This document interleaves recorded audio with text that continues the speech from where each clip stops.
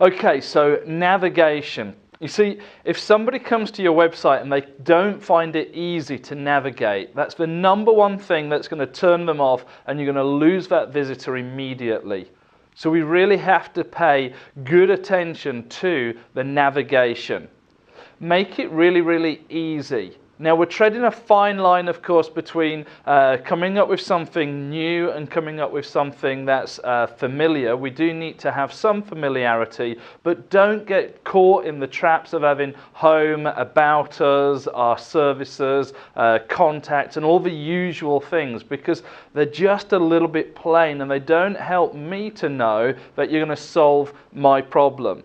In fact, what you're doing when you present your navigation in that way is you're saying, hey, it's your job, Mr. Visitor, to come and work out on my site whether I've got a solution for you. And I think that if we're going to be successful online, we have to help our visitors. So we have to be the one who presents the solution to the person who's come to our website. Now, we're going to have a look at some examples of navigation on websites. I don't want you at this point to focus on the design of those sites. It is purely the navigation. So let's have a look at some navigation now, and you'll see what I mean about the home, about us, our services, and how it's a constant theme, but it doesn't actually help the website visitor.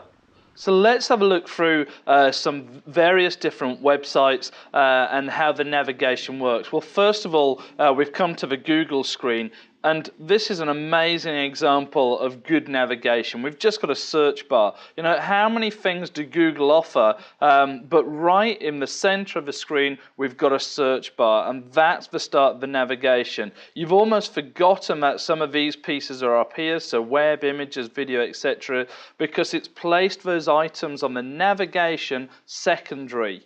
So you know exactly what you're supposed to do when you come to this website, because the key navigation item is actually a search bar. Now, I understand Google's got a particular style. It's a search engine, and it's not a business-to-business or a business-to-consumer website in the same way that yours might be. But let's have a look at some websites that do fit into that category. So first of all, let's take this. So these guys do design and visual consultancy, and you can see straight away that it's great from a nice design, you know, pop design, and the design all fits in. But what about the navigation? You see, it starts off with those typical home, about, services, gallery, case studies, contact. Let's see just how similar this is to a website like, hold on, a software company, home, products, about us, contact us. Look, we've got the same things going off. How about here? Video production, home, about us, our work, testimonials, contact us. Okay, I like the way they've done let's talk, but it's still contact us. Okay, vehicles, home, about, services, contact. Can you see what I'm trying to point out here? That we've actually got lots and lots of the same menu items, navigation pieces for very different websites. Now, I like this in that we've got home, first you, then us, image portfolio. But again, I still think that could be fine-tuned, because it's a lot friendlier now. Say hello, you know, client viewing, etc. It's a lot friendlier, but we still need to make it more, what is the problem that you're going to solve? Because I've got a specific problem when I come to your website, and I'm looking to see if you've got the solution for that problem. So let's take some more. We go along, look, again, accountants falling into this same situation, home, about, our services, testimonials, great, but you know, it's all just the same menu items. And we've even given preference up here to terms and conditions and our privacy policy. You know, I mean, that's quite bizarre. And across here, some more items. This, by the way, as I speak today, we're in December 2011. So we've got some old news items there. So all part of the navigation. Okay. But when we come to this website, now look how simple this is. Yeah, we've used testimonials up here. So that doesn't need to be a priority link. But down here, home, massage, Pilates classes, straight away into. But then we start to become a little bit busy here with all the different things, frequently asked questions, links, etc. So what I'd like to see on this one is just some more clarity around massage, Pilates and classes.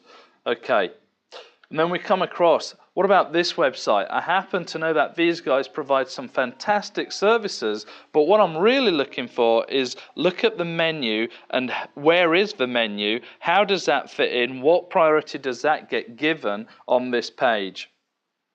And actually the menu is all across here. But look, this font is smaller than this font, and straight away that menu is blending. But I'm guessing that, of course, these are all links. So we've got all of these links going here. So weight loss and weight loss up here. You know, we've got the coaching up here. Now, I don't know whether that's done from a search engine optimization point of view, but let's be really real. When somebody gets to this website, what I want them to do is take action. How is this navigation going to help the visitor of this website to take action? And that's what we really need to focus on.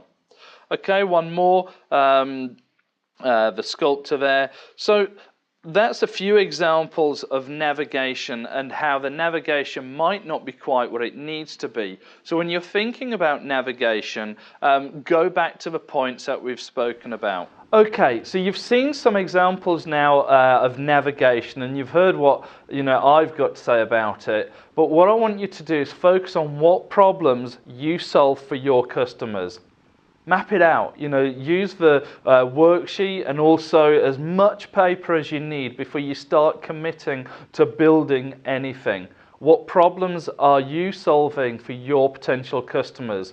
So therefore, when they come to your website, what would they like to see in terms of navigation?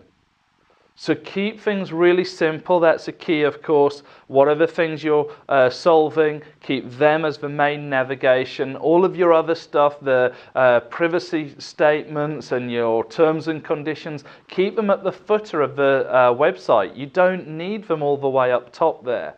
Have a main point of contact as a phone number maybe on your page, and therefore the contact can even drop down.